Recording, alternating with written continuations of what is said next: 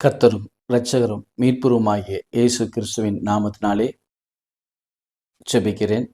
இப்பொழுது இயேசு கிறிஸ்துவின் வல்லமையுள்ள வார்த்தையினாலே இந்த இடத்துல இந்த வார்த்தைகளை பகிர்ந்து கொள்ள விரும்புகிறேன். சத்தியத்தை அறிவீர்கள், சத்தியம் உங்களை விடுதலையாக்கும்.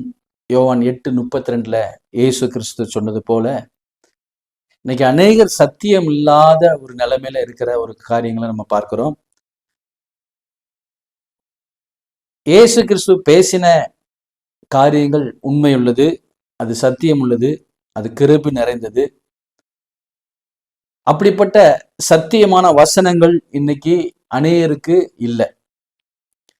எல்லாரும் சடங்காச்சாரங்களும் பாரம்பரியங்களும் இதுல தான் இருக்கிறாங்க. தவிர இயேசு கிறிஸ்துடைய உபதேசத்துல யாருமே நிலைத்து நிக்கல. யோவான் 8:31 அவர் விசுவாசித்த பரிசேயர்களை பார்த்து சொல்றாரு, என்னுடைய உபதேசத்திலே நிலைத்திருந்தால் நீங்கள் என் மெய்யாகவே என் சீஷர்களா இருக்கிறீர்கள்.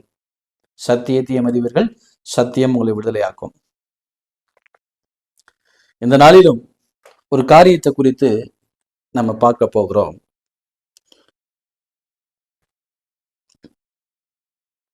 எலியா தீர்க்கதரிசியை பத்தி நம்ம எல்லாத்துக்கும் தெரிஞ்ச விஷயம்தான். எலியாவை குறித்ததான ஒரு காரியத்தை குறித்து இன்னைக்கு நம்ம பார்க்க போகிறோம். என்ன அப்படின்னா, நமக்கு எல்லாருக்கும் ஒரு தெரிஞ்ச விஷயம், எலியா பரலோகத்துக்கு உயிரோடு இருக்கும்போது எடுத்துக்கொள்ளப்பட்டாரு அப்படின்னு சொல்லிட்டு நமக்கு எல்லாத்துக்கும் தெரிஞ்ச விஷயம்தான்.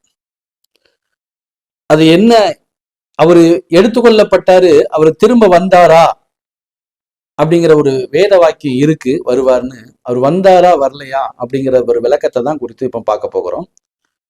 2 ராஜாக்கள் 2ஆம் அதிகாரத்துல 1 கர்த்தர் எலியாவை சுழல் காற்றினாலே பரலோகத்துக்கு எடுத்துக்கொள்ள போகிற போது எலியா எலிசாவோடு கூட கில்காவில் இருந்து புறப்பட்டு போனான் அப்படின்னு ஒரு வார்த்தை இருக்கு.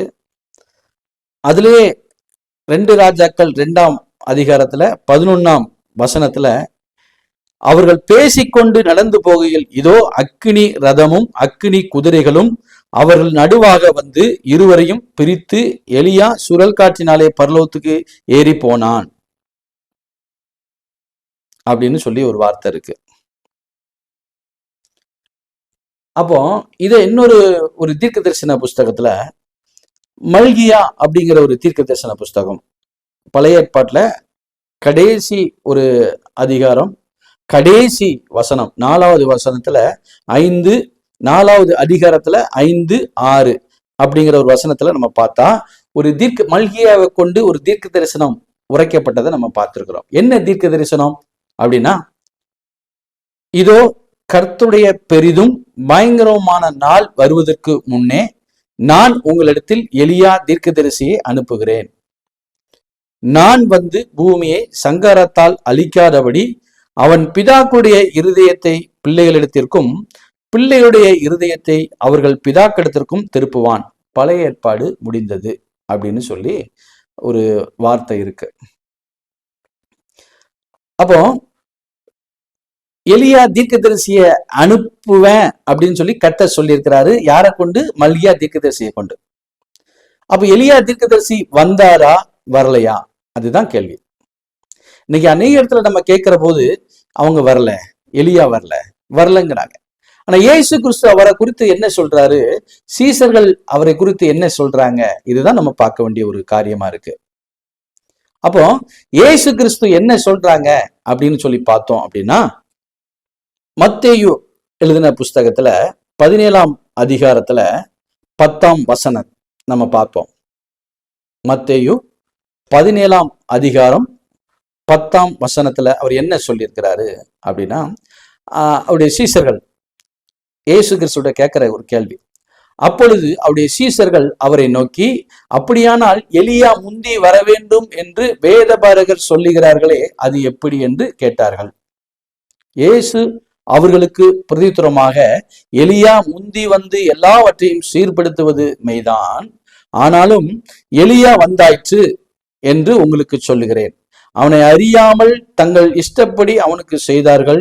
இவ்விதமாய் மனுஷகுமாரனும் அவர்களால் பாடுபடுவார் என்றார். அவர் யோவான் ஸ்நானனை குறித்து தங்களுக்கு சொன்னார் என்று சீசர்கள் அப்பொழுது அறிந்து கொண்டார்கள். அதிலே 17ஆம் அதிகாரத்துல 10, 11, 12, 13 வசனங்கள்ல தெளிவா போட்டிருக்கு இல்லையா? அப்போ எலியாவை பார்த்து இயேசு கிறிஸ்து யோவான் ஸ்நானனை குறித்து எலியா வந்தாயிற்றுங்கிறாரு. அவர் வந்தாயிற்றுங்கிறாரு இயேசு கிறிஸ்து. ஆமா, அப்பொழுது சீசர்களும் யோவான் ஸ்நானனை குறித்து தங்களுக்கு சொன்னார் என்று சீசர்கள் அறிந்து கொண்டார்கள் அப்படின்னு போட்டிருக்கு இல்லையா? அப்போ இன்னொரு இடத்துலயும் எப்படி அவர் வந்தாயிற்று அப்படிங்கிற ஒரு கேள்வி நமக்கு இருக்கும் இல்லையா? அப்போ அதே லூக்கா 1ஆம் அதிகாரத்துல நம்ம பார்த்தோம் அப்படின்னா, சகரியா எலிசபெத்துக்கு ஒரு ஒரு குழந்தை பிறக்கு. அவங்க குழந்தை இல்லாம இருக்கிறாங்க, அவங்க குழந்தை பிறக்குது. அதுல 7ல இருந்து நீங்க படிச்சு பார்த்தீங்கன்னா அதுல தெரியும். 7, 8 வசனங்கள்ல அதுல 11ல இருந்து அவருக்கு குழந்தை இல்லை. அந்த சகரியா என்ன செய்யறாரு அப்படின்னா 7ஆம் வசனத்துல இருந்து நம்ம படிப்போம். லூக்கா 1:7ல இருந்து, எலிசபெத்து மலடியா இருந்தபடியினால் அவர்களுக்கு பிள்ளை இல்லாது இருந்தது. இருவரும் வயது சென்றவர்களாயும் இருந்தார்கள். அப்படி இருக்க அவன் தன் ஆசாரிய வகுப்பின் முறையின்படி தேவ சன்னிதானத்திலே ஆசாரிய ஊழியம் செய்து வருகிற காலத்தில் ஆசாரிய ஊழிய முறைமையின்படி அவன் தேவாலயத்துக்குள் பிரவேசித்து தூபம் காட்டுகிறதற்கு சீட்டை பெற்றான்.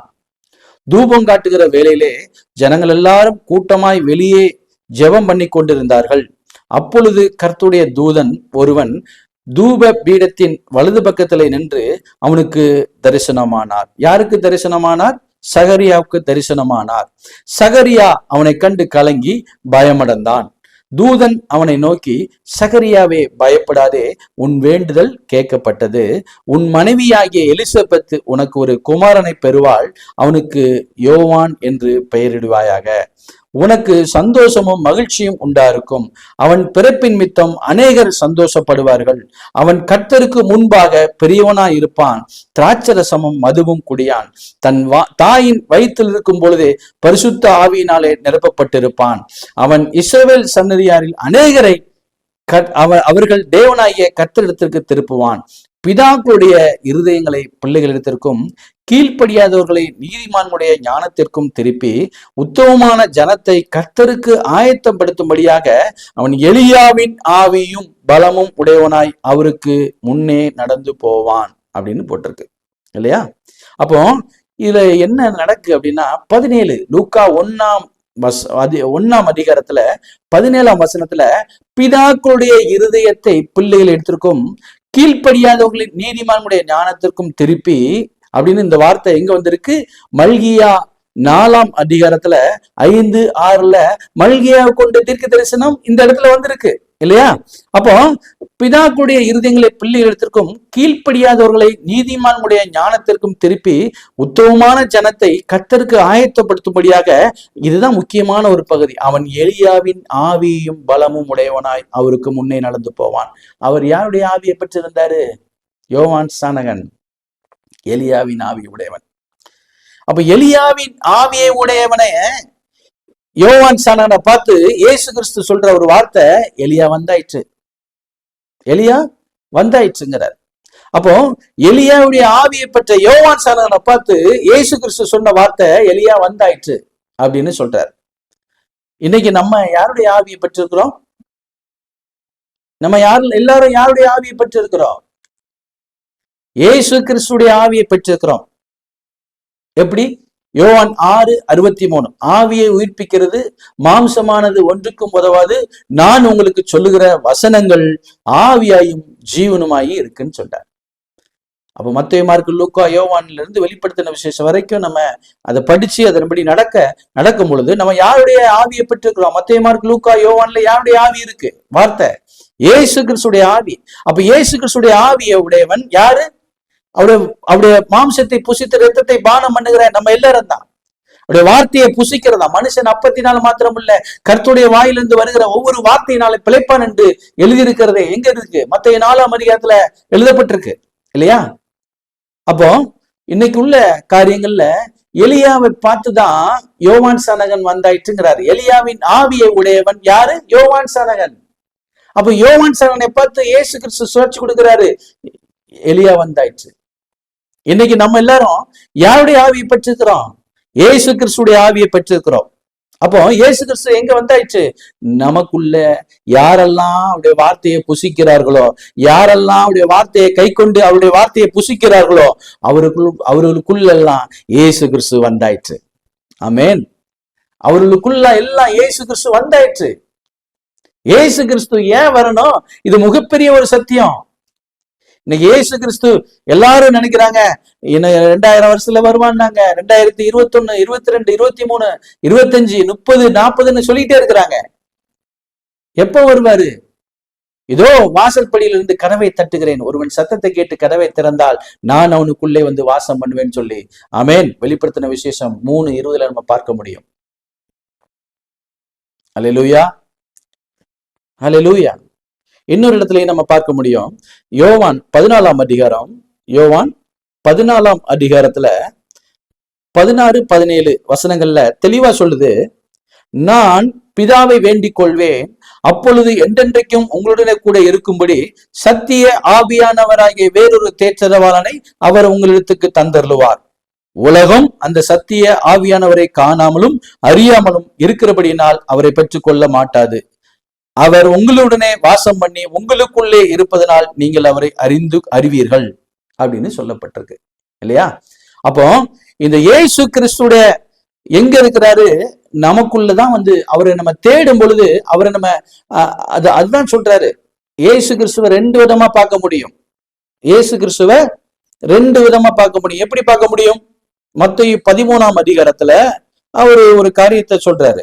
மத்தேயு 13ஆம் அதிகாரம் 13ஆம் அதிகாரத்துல 16ஆம் வசனம், உங்கள் கண்கள் காண்கிறதுனாலும் உங்கள் காதுகள் கேட்கறதுனாலும் அவைகள் பாக்கியம் உள்ளவைகள் அப்படிங்கிறார். அப்படின்னா கண்கள் மூலமா அவரை பார்க்க முடியும், வேதத்தை எழுத்துக்களை படிக்க முடியும், காதுகள் வழியா கேட்க முடியும். இயேசு கிறிஸ்துவ 2 காரியத்தினாலே நம்ம பார்க்க முடியும். ஆமென். இதுதான். அப்போ நீங்க உங்கள் கண்கள் காண்கிறதுனாலும் உங்கள் காதுகள் கேட்கறதுனாலும் அவைகள் பாக்கியம் உள்ளவைகள் அப்படின்னு இயேசு கிறிஸ்து சொல்றதை நம்ம பார்க்க முடிகிறது. அல்லேலூயா. இன்னைக்கு எதுக்காக அவர் நமக்குள்ள வரணும்? என்ன நோக்கத்துக்காக நமக்குள்ள வரணும் அப்படின்னா, யோவான் 16ஆம் அதிகாரத்துல ஒரு வசனம் இருக்கு. யோவான் 16:7 இருந்து நம்ம படிச்சோம் அப்படின்னா அதுல ஒரு காரியத்தை அவர் இயேசு கிறிஸ்து ஒரு உண்மையை சொல்லுகிறாரு. நான் உங்களுக்கு ஒரு உண்மையை சொல்லுகிறேன், நான் போகிறது உங்களுக்கு பிரயோஜனமா இருக்கும், நான் போகாதிருந்தால் தேற்றரவாளன் உங்களிடத்தில் வரார், நான் போவேனாகில் அவரை உங்களிடத்திற்கு அனுப்புவேன், அவர் வந்து பாவத்தை குறித்தும் நீதியை குறித்தும் நியாய தீர்ப்பை குறித்தும் உலகத்தை கண்டித்து உணர்த்துவார் அப்படின்னு. அல்லேலூயா. உலகத்தை கண்டித்து உணர்த்துவார். இன்னைக்கு நம்ம ஒரு காரியத்துல நம்ம பார்க்கிறோம், உலகம் அப்படின்னு ஒரு அதிகமான ஒரு சொல் வேதகத்துல வந்து இருக்கிறது. இந்த உலகம்னா என்ன அப்படிங்கிற ஒரு கேள்வி எல்லாருக்கும் மறைக்கப்பட்ட ஒரு காரியமா இருக்கு. இந்த உலகம் என்னன்னு இந்த ஓமையை உடைச்சாதான் உள்ள போக முடியும் இல்லையா? இந்த உலகம் அப்படின்னா என்ன அப்படின்னு சொல்லி நம்ம பார்த்தோம் அப்படின்னா, அதுல மத்தேயு 13ஆம் அதிகாரத்துல அவர் தெளிவா சொல்றாரு.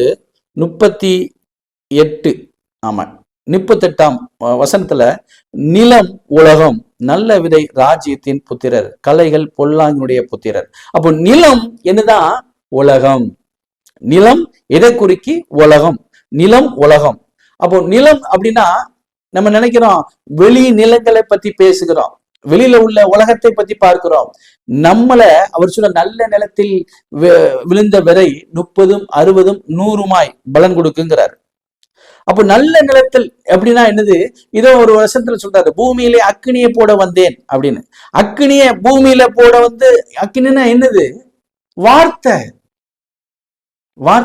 யோவான் சானகன் பிரசங்கம் பண்றாரு மத்தேயு 3:11, நான் உங்களுக்கு ஜலத்தினால் ஞானஸ்தானம் கொடுக்கிறேன், எனக்கு பின் வருகிறவர் என்னிலும் பெரியவர், அவர் ஜலத்தினாலும் அவர் பரிசுத்த ஆவியினாலும் ஞானஸ்தானம் கொடுப்பார். ஆமென். அவர் அல்லேலூயா, அவர் ஆவியினாலும் அக்னியினாலும் ஞானஸ்தானம் கொடுப்பார் அப்படின்னு ஒரு வார்த்தை இருக்கு. ஆமென். அப்போ அக்னியினால் அப்படின்னா அக்னியின் ஞானஸ்தானம் என்பது வார்த்தையினால். அல்லேலூயா, வார்த்தையினால் ஞானஸ்தானம் கொடுப்பார் அப்படின்னு சொல்லி இருக்கு இல்லையா? அது நம்ம பார்க்க வேண்டிய ஒரு காரியமா இருக்கு. அது உண்மையாகவே. இன்னொரு வசனத்தை கூட எபிரேயர் 12:29, எபிரேயர் 12ஆம் அதிகாரம் 29ஆம் வசனம், நம்முடைய தேவன் பட்சிக்கிற அக்னியா இருக்கிறாரே அப்படின்னு இருக்கு இல்லையா? நம்முடைய தேவன் பட்சிக்கிற அக்னியா இருக்கிறாரே அப்படின்னு இருக்கு. அப்ப அவர் பட்சிக்கிற அக்னி அப்படின்னா வார்த்தையானவர் தான். ஆமென், ஆமென். இன்னொரு இடத்துல நம்ம பார்க்கிறோம், பூமியிலே அக்னியை போட வந்தேன், இது இப்பொழுதே பற்றி எரிய வேண்டும் என்று விரும்புகிறேன் அப்படிங்கிறார் இல்லையா? 2 இடத்துல அவர் சொல்லப்பட்டிருக்கு. ஆமென். 2 இடத்துல இந்த பூமியில அக்னியை போட வந்தேன் அப்படிங்கிறாரு இல்லையா? அப்போ அந்த பூமியில அக்னியை போட வந்தேன் அப்படிங்கிறது என்னது அப்படின்னா, அதுல நம்ம பார்க்க முடியும் ஒரு காரியத்தை. பூமியிலே அக்னியை போட வந்தேன், இப்பொழுதே பற்றி எரிய வேண்டும் என்று விரும்புகிறேன். நம்ம எல்லாரும் பூமி அப்படின்ன உடனே நம்ம என்ன நினைக்கிறோம்? அந்த நம்ம நடமாடுகிற பூமின்னு நினைக்கிறோம். இல்ல, இயேசு கிறிஸ்து ஊமையா சொன்ன காரியம். நம்ம மண்ணினால செய்யப்பட்ட ஒரு மண்கலை, நம்ம பூமியிலிருந்து எடுக்கப்பட்ட ஒரு மண் கலவையினால செய்யப்பட்ட ஒரு மண் கலவை. அதுக்கு நம்மளை பார்த்து சொல்றாரு, பூமியிலே அக்னிய வார்த்தையை போட வந்த, அந்த பூமியிலே அந்த விதையை போட்டாதான் இந்த பூமியிலே விதைங்கிற வார்த்தையை போடணும். ஆமென். இந்த பூமியில மனுஷனாகிய பூமி மண்ணிலிருந்து எடுக்கப்பட்ட ஒரு மண் கலவைதான் மனுஷன். அவனுக்குள்ள அந்த வார்த்தையை போடும் பொழுதுதான், ஆமென், அந்த வார்த்தையை போடும் பொழுதுதான் அது பற்றி எரியும். ஆமென். லூக்கா 8ஆம் அதிகாரம் நினைக்கிறேன், லூக்கா 8ஆம் அதிகாரம் 11, அதுல ஒரு ஊமையை சொல்றாரு. அந்த ஊமையின் கருத்தாவது விதை தேவனுடைய வசனம் அப்படின்னு சொல்லப்பட்டிருக்கு. விதை தேவனுடைய வசனம். அப்போ விதைங்கிறது தேவனுடைய வார்த்தை, வசனம். இந்த வசனத்தை இந்த மனுஷன் மேல உள்ள போட்டாதான் அது பற்றி எரியும். அப்பதான் நியாய தீர்ப்பு கிடைக்கும். அதுதான் உண்மை. நீங்க மத்தேயு 24ஆம் அதிகாரத்துல நம்ம பார்த்தோம் அப்படின்னா, எல்லாரும் இயேசு கிறிஸ்து மத்தேயு 24ஆம் அதிகாரத்துல இயேசு கிறிஸ்து ஒரு காரியத்தை குறித்து அதுல பேசுறாரு. மத்தேயு 24ஆம் அதிகாரம் 3ஆம் வசனம், பின்பு அவர் ஒலிவு மலை மேல் உட்கார்ந்து இருக்கையில் சீசர்கள் அவரிடத்தில் தனித்து வந்து, இவைகள் எப்பொழுது சம்பவிக்கும்? உம்முடைய வருகைக்கும் உலகத்தின் முடிவுக்கும் அடையாளம் என்ன? எங்களுக்கு சொல்ல வேண்டும் என்றார்கள். இதுல ஒரு கேள்வியை வைக்கிறாங்க. உம்முடைய வருகை, உலகத்தின் முடிவு. அப்போ உம்முடைய வருகை என்னைக்கு வருதோ அன்னைக்கு உலகத்தின் முடிவுன்னா என்னது? உலகங்கிறது அழிந்து போகும்னு நினைச்சுட்டு இருக்கிறாங்க. ஒவ்வொரு மனுஷனும் ஒவ்வொரு உலகம் என்று வேதாகமம் சொல்லுகிறது. மத்தேயு 13:38 நிலம் உலகம்னு சொல்றாரு, நம்மளதான் உலகம்னு சொல்றாரு ஊமையா. ஆமென். அது அறியாம இருக்கிறாங்க நிறைய பேரு. உம்முடைய வருகைக்கும் இந்த உலகத்தின் முடிவுக்கும் என்ன அடையாளம் அப்படின்னு சொல்லி இவங்க சீசர்கள் கேட்கும் பொழுது, அதுல மத்தேயு 24:3 இந்த கொஸ்டினை கேட்கிறாங்க. அதுல இயேசு கிறிஸ்து மத்தேயு 24:14 அந்த விடை சொல்றாரு, ஆன்சர் சொல்றாரு. அதுல என்ன சொல்றாரு அப்படின்னு பார்த்தோம் அப்படின்னா, ராஜ்யத்தினுடைய இந்த சுவிசேஷம் பூலோகம் எங்கும் சகல ஜாதிகளுக்கும் சாட்சியாக பிரசங்கிக்கப்படும், அப்பொழுது முடிவு வரும். ஆமென். அப்ப பூலோகம்னா பூமியில் உள்ள ஜனங்களுக்கு எல்லாரும் பிரசங்கிக்கப்பட்டோம், அப்பதான் முடிவு வரும்னு நினைக்கிறீங்களா? இல்ல. பூலோகம் என்ன, பூமியும் பூலோகமும் ஒண்ணுதான். பூமி நமக்கு, ஒரு மனுஷனுக்கு எப்பொழுது தேவனுடைய வார்த்தை அறிவிக்கப்படுகிறதோ அப்பொழுது அந்த உலகத்துக்கு நியாய தீர்ப்பு உண்டா இருக்கிறது.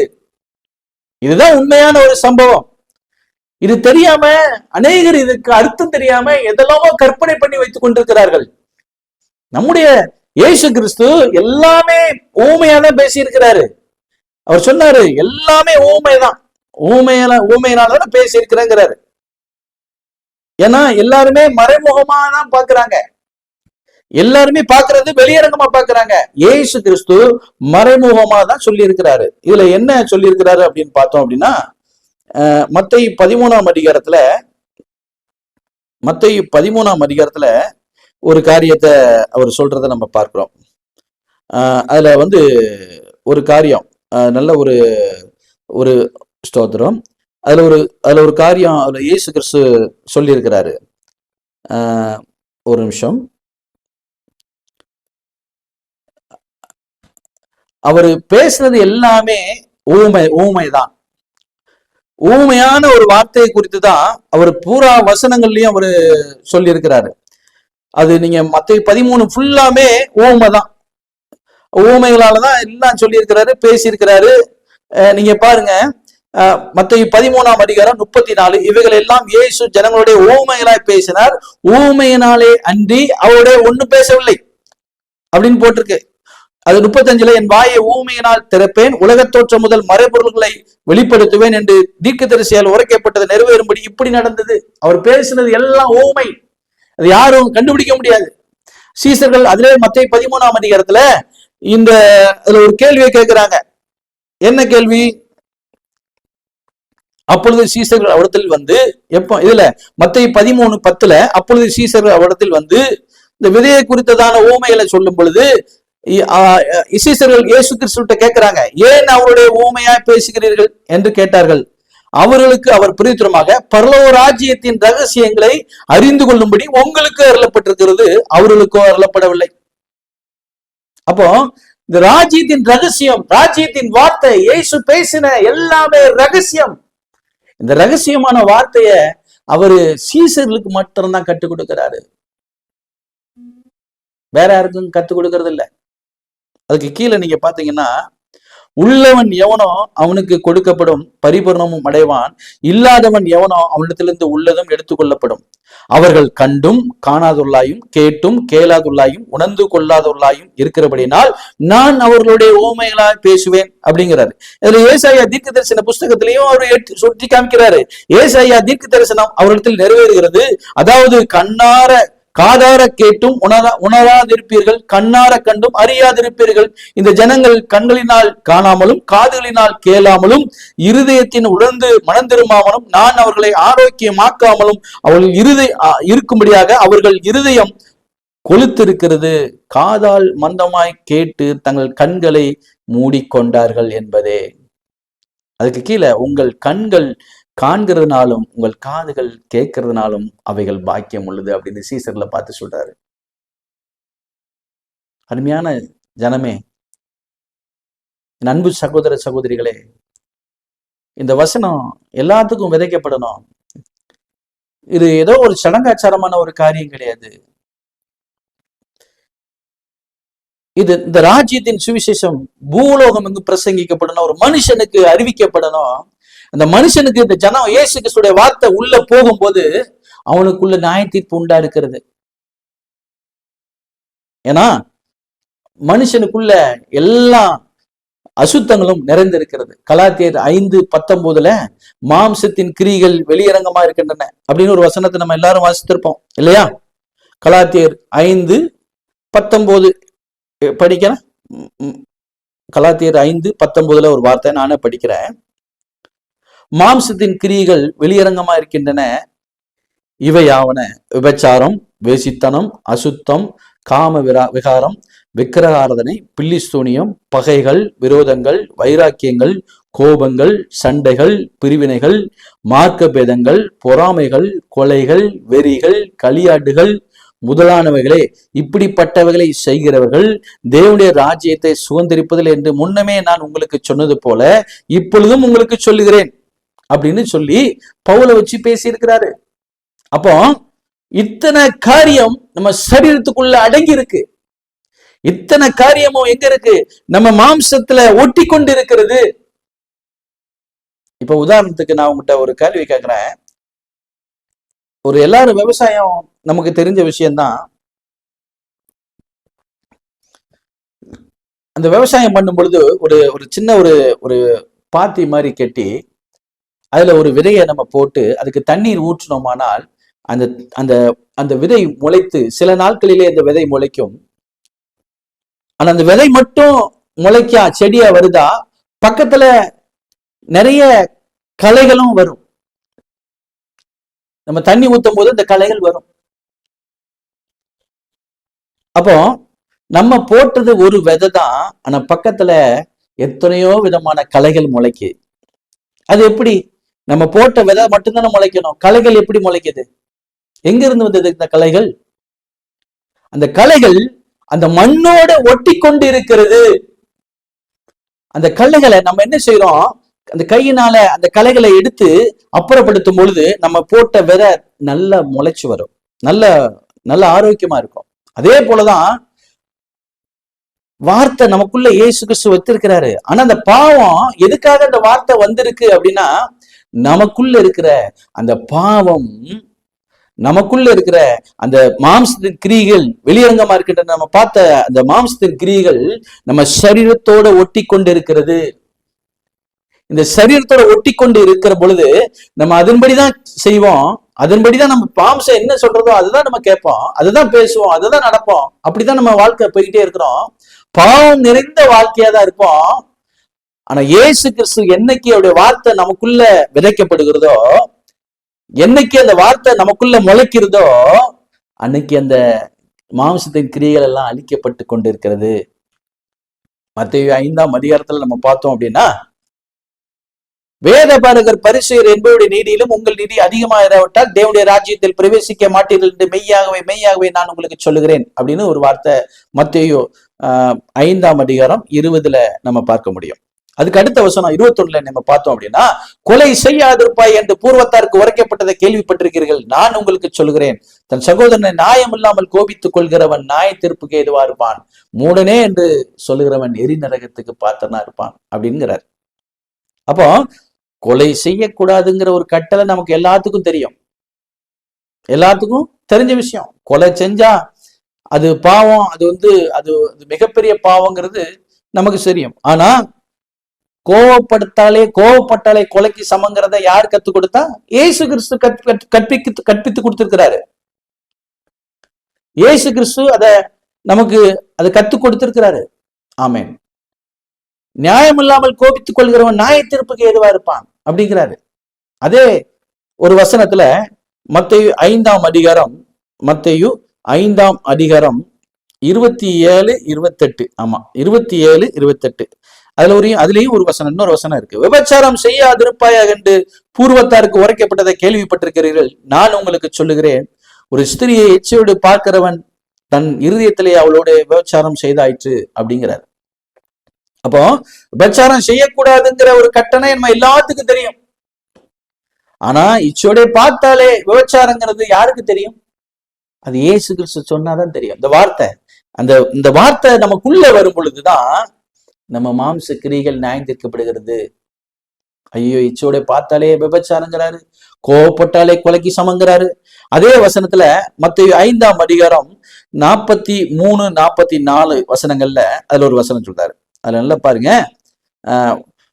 உனக்கு அடுத்தவனை சிநேகித்து உன் சத்துருவை பகைப்பாயாக என்று சொல்லப்பட்டதை கேள்விப்பட்டிருக்கிறீர்கள். அப்படின்னா என்னது? நம்மளை நேசிக்கிறவங்கள நம்ம நேசிக்கணும், நமக்கு விரோதமா எலும்புகிறவள எலும்பணும். அப்படின்னா எல்லா மனுஷனுக்கு கொடுக்கப்பட்ட கட்டளை. ஆமா, அது மாம்சமான மனுஷனுக்கு கொடுக்கப்பட்ட கட்டளை. நம்மளை ஒருத்தன் நேசிச்சா நம்ம அவனுக்கு நேசிக்கணும், நம்மளை ஒருத்தன் பகைச்சா நம்ம அவனை பகைக்கணும், நம்மளை ஒருத்தன் பழி வாங்கினா அவனை நம்ம பழி வாங்கணுங்கிற கற்பனை யாருக்கு? மனுஷ கற்பனை அது இருக்கு எல்லா மனுஷனுக்குள்ளேயும். ஆனா இயேசு கிறிஸ்து மத்தேயு 5:44 ஒரு காரியத்தை சொல்லுகிறாரு. நான் உங்களுக்கு சொல்லுகிறேன், உங்க சத்துருக்களை என்ன செய்யணுமா? சிநேகியுங்கள், உங்களை சபிக்கிறவர்களை ஆசீர்வதியுங்கள், உங்களை பகைக்கிறவர்களுக்கு நன்மை செய்யுங்கள், உங்களை நிந்திக்கிறவர்களுக்காகவும் துன்பப்படுத்துவர்களுக்காகவும் ஜெபம் பண்ணுங்கள். இப்படி செய்கிற நாள் நீங்கள் பரலோகத்திற்குள்ள உங்கள் பிதாக்கு புத்திரரா இருக்கிறீர்கள். அதுதான் உண்மை, அதுதான் உண்மை. அப்போ இன்னைக்கு நீங்க எல்லாருமே நம்ம நினைக்கிறோம், யாத்திராகமத்துல 20 நம்ம மோசேனால் கொடுக்கப்பட்ட கட்டளை இருக்கு. இந்த கட்டளை எல்லாரும் பயன்படுத்திக்கிட்டு இருக்கிறாங்க. ஆமா, ஆனா பழைய ஏற்பாடு பிளஸ் புதிய ஏற்பாடு 2 இருக்கு. அப்போ எல்லாருமே நீங்க சொல்றோம் கட்டளை. இன்னைக்கு இயேசு கிறிஸ்துவங்கிறது எது? கிறிஸ்துவம் அப்படிங்கிறது என்னது? புதிய ஏற்பாட்டுல இயேசு கிறிஸ்து பேசினதுதான் கிறிஸ்தவம். மத்தேயு 5ஆம் அதிகாரத்துல பிரசங்கம் பண்ற எல்லாமே கிறிஸ்தவம் தான். அந்த கிறிஸ்தவம் அப்படி நம்ம ஃபாலோ பண்ண வேண்டிய காரியங்கள் எல்லாமே. கிறிஸ்தவன் பழைய ஏற்பாட்டுல கிறிஸ்தவன் ஒண்ணு கிடையாது. ஆமென். அப்போஸ்தலர் 11ஆம் அதிகாரம், அப்போஸ்தலர் 11ஆம் அதிகாரம் 26 ஒரு வசனத்துல இருக்கு, கிறிஸ்துவம் எப்ப உருவாகிச்சுன்னு. அவர்கள் ஒரு வருஷ காலமாய் சபையோட கூடி இருந்து அநேக ஜனங்களுக்கு உபதேசம் பண்ணினார்கள். யாரு? சீசர்கள். முதல் அந்தியோக்கியாவிலே சீசர்களுக்கு கிறிஸ்தவர்கள் என்று பெயர் வழங்கிற்று. அப்ப சீசர்களுக்கு தான் யாரு? கிறிஸ்தவர்கள். அப்ப சீசர்கள் எப்படி இருக்க வேண்டும்? யோவான் 8:31 அவரை விசுவாசித்த பரிசேயர்களை பார்த்து சொல்றாங்க, என்னுடைய உபதேசத்துல நிலைத்திருந்தால் நீங்கள் மெய்யாகவே என் சீசரா இருக்கிறீர்கள். அப்ப இயேசு கிறிஸ்துடைய உபதேசத்துல நிலைத்திருக்கிறோம் மாத்திரம்தான் சீசர்கள். அவர்கள் தான் கிறிஸ்தவர்கள். இது எத்தனை பேருக்கு தெரியும்? தெரியல. யாத்திராகமத்துல எல்லா கட்டளையும் ஃபாலோ பண்ணிட்டு இருக்கிறாங்க. கொலை செய்யக்கூடாது, விபச்சாரம் செய்யக்கூடாது, பொய் சொல்லக்கூடாது, கரெக்ட் தான், எல்லாமே ரைட்டு தான். பழைய ஏற்பாடு மாம்ச பிரகாரமான கட்டளை, புதிய ஏற்பாடு ஆவிக்குரிய கட்டளை, ஆத்மாவுக்கு, உள்ளான மனுஷனுக்கு எழுப்பி விடுறது.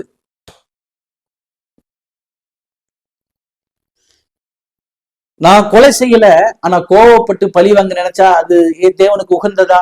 இல்ல. நான் விபச்சாரம் செய்யல, மாம்ச பிரகாரமான இச்சையோட பார்த்து விபச்சாரம் செஞ்சா தேவனுக்கு உகந்ததா? இல்ல.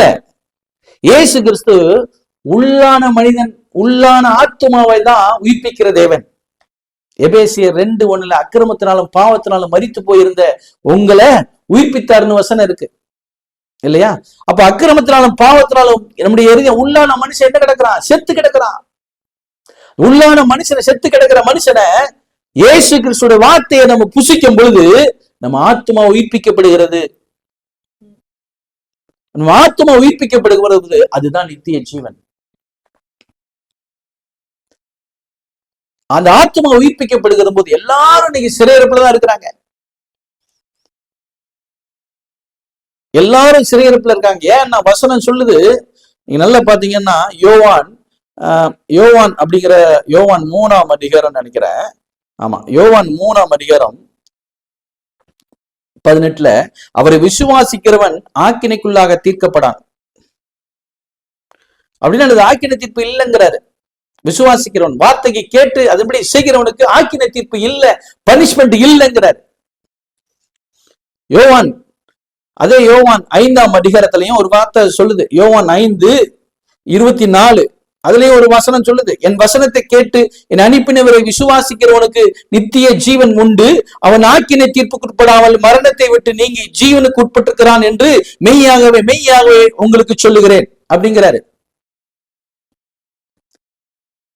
இன்னொரு வசனத்திலையும் நம்ம பார்க்க முடியும். ரோமர் 8ஆம் அதிகாரம் 1ஆம் வசனம், ஆனபடினால் கிறிஸ்து இயேசுக்குட்பட்டவர்களா இருந்து மாம்சத்தின்படி நடவாமல் ஆவியின்படி நடக்கிறவர்களுக்கு ஆக்கினை தீர்ப்பு இல்ல. ஆவியின்படி நடக்கிறதுலாம் என்னது அப்படின்னா, இயேசு பேசின வார்த்தைகள் எல்லாம் ஆவியா இருக்கிறது. இயேசு பேசின எல்லா வார்த்தைகளும் ஆவியும் ஜீவனுமாய வார்த்தைகள். அந்த வார்த்தை நம்மளை உயிர்ப்பிக்கிற வார்த்தைகள். அந்த வார்த்தையின் படித்து அதன்படி நடக்கும் பொழுது எப்பேற்பட்ட சிறையிருப்புல இருந்தாலும் நம்ம வெளியே வர முடியும் அப்படின்னு ஆவியானவர் சொல்லுகிறாரு. வசனம் சொல்லுகிறது ரோமர் 8:6 மாம்ச சிந்தை மரணம், ஆவியின் சிந்தையோ ஜீவனும் சமாதானமும் அப்படின்னு சொல்லி வார்த்தை இருக்கு. அதுக்கு அடுத்த வசனம் எப்படி என்றால், மாம்ச சிந்தை தேவனுக்கு விரோதமான பகை, அது தேவனுடைய நியாயப்பிரமாணத்துக்கு கீழ்ப்படியா கூடாமலும் இருக்கிறது அப்படின்னு சொல்லி இருக்கு.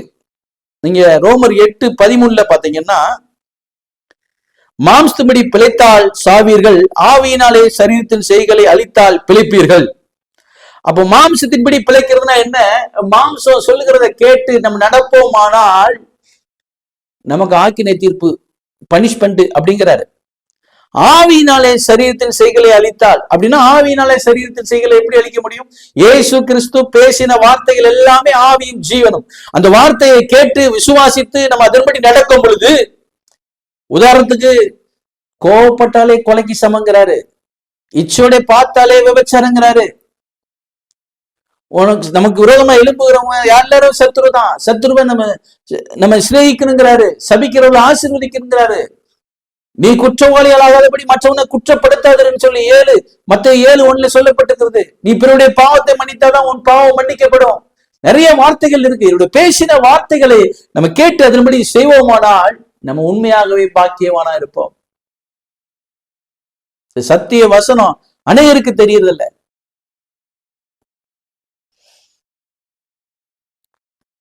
அநேகருக்கு தெரியுதில்லை.